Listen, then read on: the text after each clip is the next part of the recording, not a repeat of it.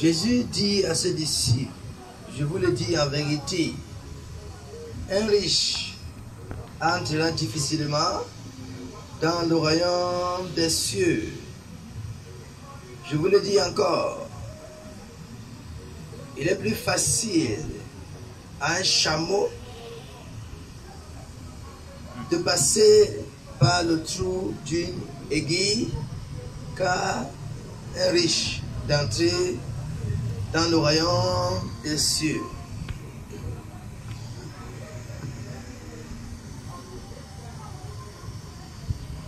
Alléluia.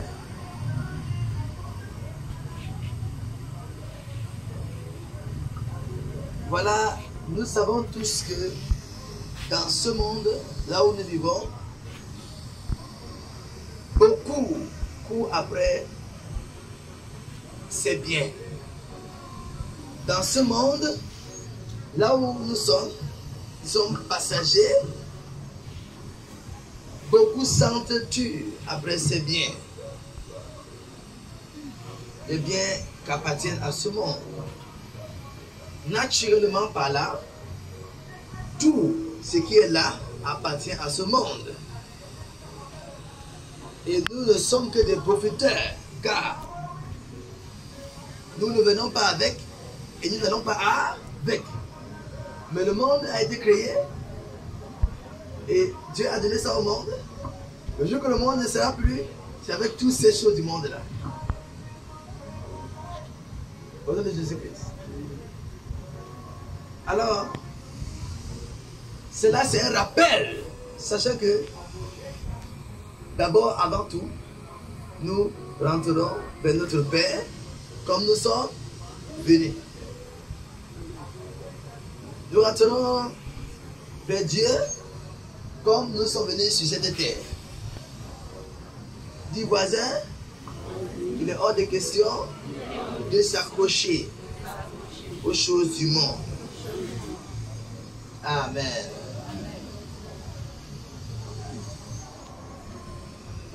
Sachons donc que cela entre dans le cadre de la spiritualité.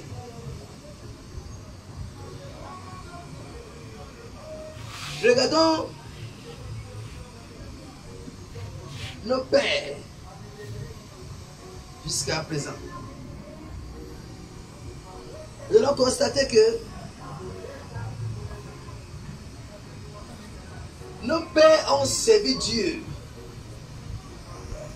sans s'intéresser à ce matériel du monde,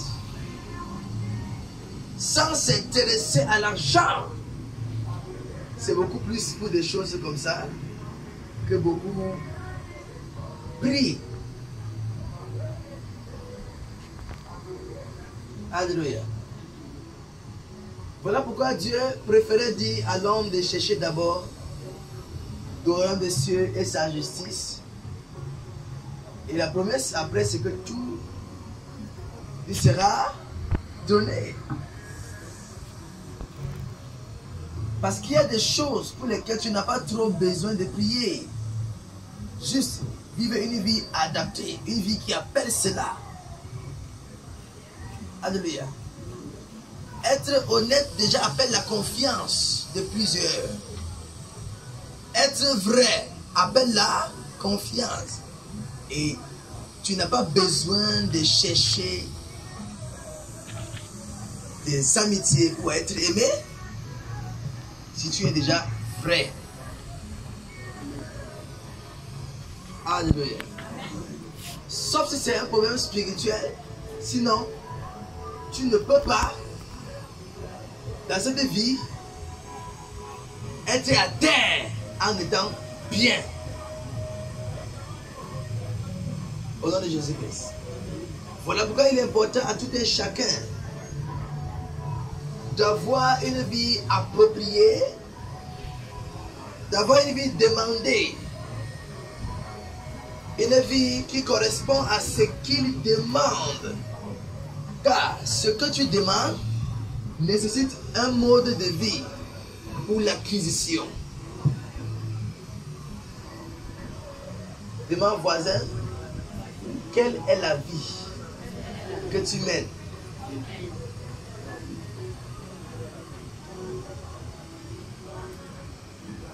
Beaucoup sont en train de prier en cette heure. Seigneur, interviens dans le côté de mes finances. Seigneur, interviens dans le côté de mes affaires. Seigneur, interviens dans tel ou autre côté. J'appelle ton intervention. Mais, est-ce que tu sais chercher Dieu comme tu cherches l'argent et comme tu cherches l'or? Amen. Est-ce que tu cherches Dieu comme tu cherches l'or ou l'argent? Demande cela à ton voisin.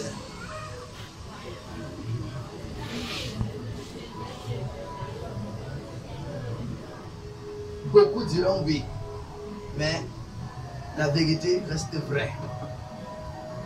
Ce qui est là, reste ce qui est là. Tu dois avoir une attitude de chercher Dieu. Ce qui nous amène à parler d'un thème. Dieu et l'argent. Dieu est là, l'argent. Par exemple, je venais vous prendre un exemple que je vais prendre tout à l'heure. Est-ce que vous savez pourquoi les cultes ici sont dorénavant mercredi et dimanche, sauf en cas où j'annonce une croisade ou un programme qui prendra toute une semaine, ou bien encore j'annonce le culte de vendredi? Je vous avais toujours expliqué. C'est parce que je veux que vous donnez à César ce qui appartient à César et que vous donnez à Dieu ce qui appartient à... Je ne voudrais pas que quelqu'un se plaigne que c'est parce que il n'y a pas le temps. Parce que où as-tu donné ce temps-là? Si l'église c'est 2 jours par semaine et tu dis que tu n'as pas le temps, où as-tu donné ce temps? À qui as-tu donné ce temps? À César? Alléluia. Si tu n'as pas le temps d'arriver peut-être mercredi, où as-tu donné le temps là? Si tu n'as pas le temps d'arriver dimanche, où as-tu donné le temps là? Un bon chrétien doit être là minimum une fois. Alléluia. Un meilleur chrétien doit être là tous les jours de chrétien. Tu vois ça? Préfères-tu être un bon chrétien ou un meilleur chrétien? Moi, je préfère être un meilleur chrétien. Alléluia.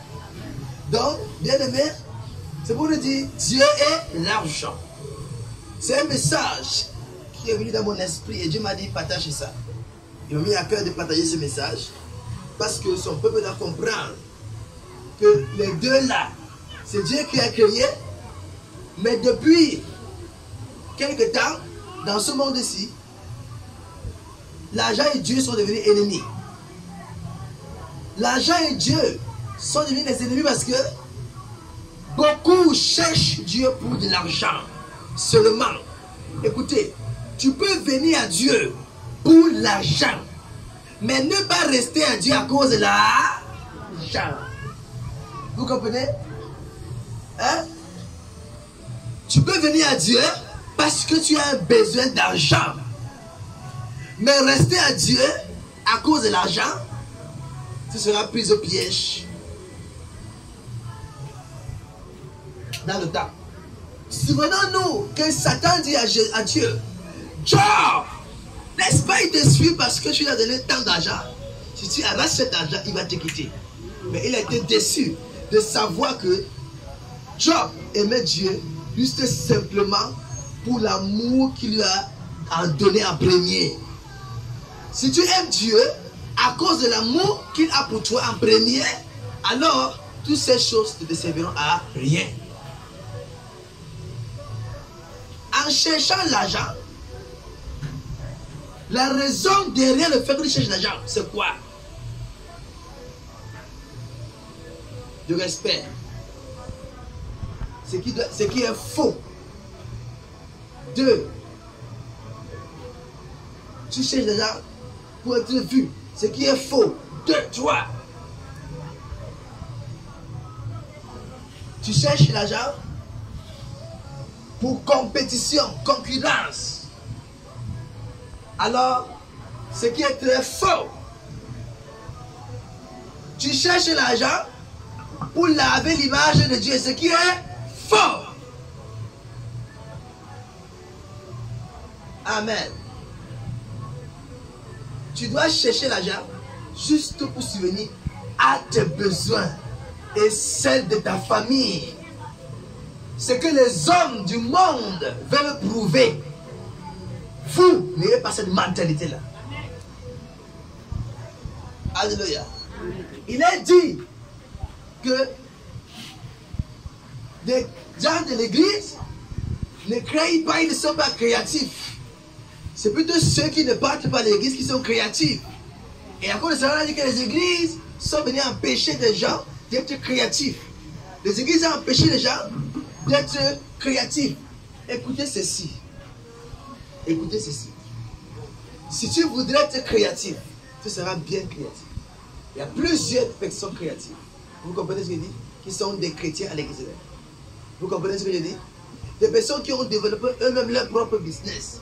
Ils ont commencé à fabriquer des choses que même le monde n'a pas encore commencé à fabriquer. Alléluia. C'est-à-dire amener en existence ce qui d'abord n'était pas là. Est-ce que vous comprenez ce que je dis? Mais le but de l'église, ce n'est pas d'amener les gens à être créatifs, mais c'est d'amener les gens à aller au ciel. Quand tu ne comprends pas déjà le but de l'église, le but du christianisme, alors tu vas te dire, aussi longtemps que Dieu ne me bénit pas, ça veut dire que je vais regarder si Dieu ne me bénit pas. Si tu crois que le christianisme, c'est tout simplement recevoir de Dieu les bénédictions charnelles, ces bénédictions physiques. Non! Ces bénédictions physiques ne sont que les avantages, aussi longtemps que Dieu te voit capable. Si Dieu n'était pas encore capable de retenir certaines bénédictions, il ne te les donnera pas. Toi, tu les chercheras toi-même. Voilà pourquoi j'enseigne depuis qu'il y a 3 sources par lesquelles une prospérité peut venir. Premièrement, le diable qui est le loge et le marabout et tout le reste. La sagesse humaine, hein, qui est quoi? Toi-même développer tes propres capacités, les mettre en jeu, hein, les mettre sur le marché et avoir de l'argent. Alléluia. Et la sagesse humaine est divisée en 2. Hein? Ceux qui travaillent honnêtement l'argent. Et de 2, ceux qui gagnent leur pain quotidien par malhonnêteté, en escroquant les autres et plusieurs autres. Plusieurs autres exemples. Alléluia. Maintenant, la troisième source, c'est Dieu en question. Dieu qui bénit, mais pas comme le marabout qui n'a pas besoin de connaître quel genre de vie tu mènes aussi longtemps que tu fais des sacrifices. Dieu est intéressé à la vie que tu mènes parce que il regarde à l'état du cœur, tes intentions et la vie que tu mets dans maturité qui te rend capable. Selon Dieu, la maturité n'est pas l'âge. La maturité, c'est comment tu comprends Dieu. C'est la vie que tu mènes après avoir écouté ce que tu as écouté de la Bible. Alléluia. Selon Dieu, une personne mature capable de tenir telle bénédiction qu'il demande ou qu'elle demande, c'est une personne qui a lu la Bible et qui met la Bible en pratique. C'est une telle personne qui est considérée comme mature devant Dieu. Alors voilà pourquoi la Bible te conseille de chercher si la bénédiction doit venir de Dieu. Cherche d'abord le royaume des cieux et sa justice. Dans le royaume des cieux, il y a l'amour, vérité, patience, honnêteté, pardon et plein d'autres choses qui suivent. Si tu ne les cherches pas, ton miracle est impossible. Tu iras au ciel, mais tu n'auras jamais un miracle venant de Dieu comme tu veux.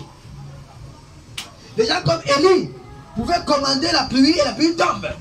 pouvaient arrêter la pluie. Les gens comme Élie pouvaient commander le feu et ça tombe. Parce qu'ils ont une vie qui correspond à ce qu'ils demandent. Il y a des gens qui demandent ce qui dépasse leur vie. Alléluia.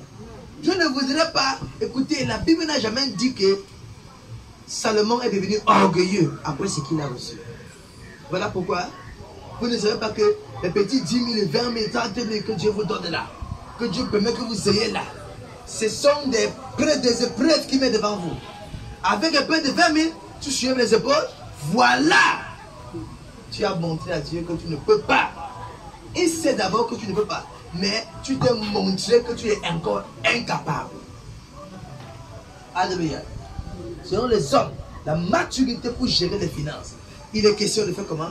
Il est question de savoir comment dépenser, savoir comment payer certaines factures, savoir comment faire comme ça et comme ça, savoir comment dépenser et avoir un reste dans la poche. Selon Dieu, c'est la vie que tu mènes qui compte. À Dieu, si tu donnes 10 000 francs, tout ce que tu as dit dans ce moment, ça ne le regarde pas. Alléluia. Mais est-ce que tu as la vie capable? Il est vrai que la manière dont tu gères compte aussi. Alléluia. Mais c'est la moindre des choses que Dieu demande. Ce que Dieu demande le plus, c'est est-ce que tu as cherché le royaume des cieux et sa justice? Dans le royaume des cieux, on a une vie de prière. Dieu et l'argent. Dieu et l'argent. Celui qui veut se mettre à chercher l'argent ne va jamais atteindre un certain niveau de Dieu. Parce que l'argent va t'attirer loin de la face de Dieu. L'argent en question est une bonne chose. Quand c'est pour subvenir à tes besoins, toi tu ne veux pas trop là. Tu veux seulement ce que tu es capable de mettre dans la bouche. Ce que tu es capable de gérer le bien avec. Que les païens se moquent de vous que vous êtes pauvres. Mais au dernier jour, on verra qu'il ira mieux. Dis voisin, que les païens se moquent de vous, que vous êtes pauvres. Mais on verra qu'il ira mieux le dernier jour. Alléluia. Acclame le Seigneur. N'aie pas peur pour acclamer. Il n'y a personne qui déteste ce message qui va être giflé. Alléluia. C'est ça le plus important. Nous avons un esprit de concurrence. La raison pour laquelle la plupart des chrétiens prient que le Seigneur donne-moi l'argent, c'est parce qu'ils disent que tel païen se moque de moi, tel païen m'insulte. Alors pourquoi vas-tu laisser? Si c'est ça ta raison, Dieu ne va jamais te donner. Quand tu pries, ne dis jamais Seigneur se moque de moi. Non! Jésus même, quand il est allé devant le roi dit que tu es qui? Tu es qui? Le roi des Juifs? Jésus dit oui, tu le dis, je suis le roi des Juifs. Il a regardé de la tête jusqu'au pied, habit déchiré, habit porté depuis 50 ans sans changer. Il dit c'est toi le roi des Juifs. Il s'est moqué de Jésus-Christ. Alléluia. Jésus n'est pas le Dieu des millionnaires. Il est le Dieu des saints. Il est le Dieu des chrétiens. Est-ce que vous comprenez ce que je dis? Alléluia. Il s'en fout. Même si tu veux, tu pousses, tu fais le pouce, tu fais le best kill, tu fais le commerce. Si tu veux que tu sois président. Alléluia. Dieu s'en fout de l'autre là. Ce qu'il veut, c'est ta vie. Vous comprenez ce qu'il dit? J'attire ton attention de ne pas être fusté dans cette vie parce que tu n'as pas l'argent pour t'acheter une voiture quand tu as ce que tu veux manger. Dieu t'a rassuré qu'à chaque jour suffit ça. Oh, tu n'as pas bien dit ça. À chaque jour suffit ça. Tu as dormi juste à manger? Non. Oh, peut-être je te force à répondre. Tu as dormi juste à manger? Non. Est-ce que tu ne t'habilles pas? Est-ce que tu ne t'habilles pas? Oui. Tu t'habilles oui ou non? Oui. Alors laisse les païens se vanter avec les grosses voitures qui vont aller entrer dans les tomber avec après. La plupart de ceux qui meurent par accident, ils sont les païens. Alléluia. La plupart de ceux qui meurent par maladie sont les païens. Quand tu attends que ta personne est morte, tu regardes son histoire, tu vois que c'était une personne païenne. Rares sont les chrétiens dont ils meurent, tu entends que c'était tel et tel et tel et tel. Vous comprenez? Un chrétien, Dieu le considère déjà comme une personne qui ne va pas durer longtemps sur la terre. Dieu, quand tu deviens enfant de Dieu, Dieu dit bon, je vais t'utiliser pour 2 ans et puis c'est bon, je te prends. Pourquoi tu regardes la gauche sur ce monde? Tu dis papa, donne-moi ce que je vais manger, c'est tout. Papa, donne-moi ce que je vais m'habiller avec, c'est tout. Alléluia. Hein? Donc Comment est-ce qu'il veut? Papa, je veux la voiture. Non! Est-ce que c'est nécessaire? Si Dieu voit que la voiture est importante pour toi, il dit prends la voiture. Quand on rentre à ce christianisme d'abord, laissons le christianisme de cette époque où plusieurs personnes mettent la pression à Dieu pour des biens matériels. Comme s'il était un Dieu qui donne seulement les finances. Il est un Dieu qui donne les bénédictions spirituelles. Alléluia. Tu es là, tu manques comme il n'est jamais permis. Mais tu demandes à Dieu de te donner l'argent. Demande à Dieu qu'il te change d'abord. Combien de personnes prient, disent que Seigneur, change-moi de mon mauvais caractère. Change-moi de ce que je fais de mal. Combien de personnes prient comme ça à Dieu? Aucun. Personne. Rares sont, en une semaine, rares sont ceux qui prient et disent à Dieu, change mon caractère. Mais on est nombreux à demander à Dieu de nous donner les biens matériels. Abat ces gens de chrétiens. Abat ces gens de chrétiens. Au nom de Jésus-Christ. Rentrons au vrai christianisme. Dis à ton voisin, rentrons au vrai christianisme. Le christianisme n'est pas responsable du fait que beaucoup ne sont pas créatifs. Mais le christianisme a tout simplement montré aux gens le vrai sens de la vie. Est-ce que vous comprenez? Le christianisme a montré aux gens le vrai sens de la... Regardez ceci. Parmi ceux qui sont créatifs là, quand ils meurent, n'est-ce pas, ils s'entretuent. Ceux qui sont restés s'entretuent pour les biens là. Hein? Mais une famille chrétienne ne s'entretue pas pour les biens matériels. Vrai ou faux? Vrai ou faux? Alléluia. Amen. Hein? Vous comprenez? Et notez ceci. Celui qui veut commencer à dire non, il veut commencer à fabriquer des choses. Il va falloir que tu sois 24 sur 24 pour le temps de l'église. Voilà pourquoi certains emplois sont interdits dans le christianisme. Vous comprenez? Comme gardien de nuit. Parce que tu vas garder. À 17h, tu es en train de garder. Hein? Quand tu es dans l'église le jour de semaine, le dimanche, tu rentres à 9h temps fatigué. Tu arrives à l'église, tu dors. Est-ce que c'est un travail pour un chrétien? Non. Alléluia. Est-ce que c'est un travail pour un chrétien? Jamais. Un travail dit que le jour de repos c'est lundi. N'accepte pas. Écoutez-moi ceci. Écoutez-moi. Toi qui es frustré par manque d'argent, je vais te dire ton problème. C'est parce que ton cœur est très orgueilleux. Tu es orgueilleux. Une personne qui pleure quand il n'y a pas d'argent, c'est une personne naturellement orgueilleuse. Mais c'est que le manque d'argent a rendu humble. Quand l'argent viendra, ça va réveiller l'orgueil là. Mais une personne qui ne se dérange pas, quand il y a ou quand il n'y a pas, tout comme l'apôtre Paul qui dit, je sais vivre dans les bons et dans les mauvais moments. Je sais vivre dans l'abondance et dans le manque. S'il y a un tel chrétien dans cette église ici, tu ne vas pas t'intéresser. Quand l'argent viendra, tu ne sauras pas. On dit, tu as 1 million. Ah bon, j'ai 1 million. Ah, je ne savais pas. Alléluia.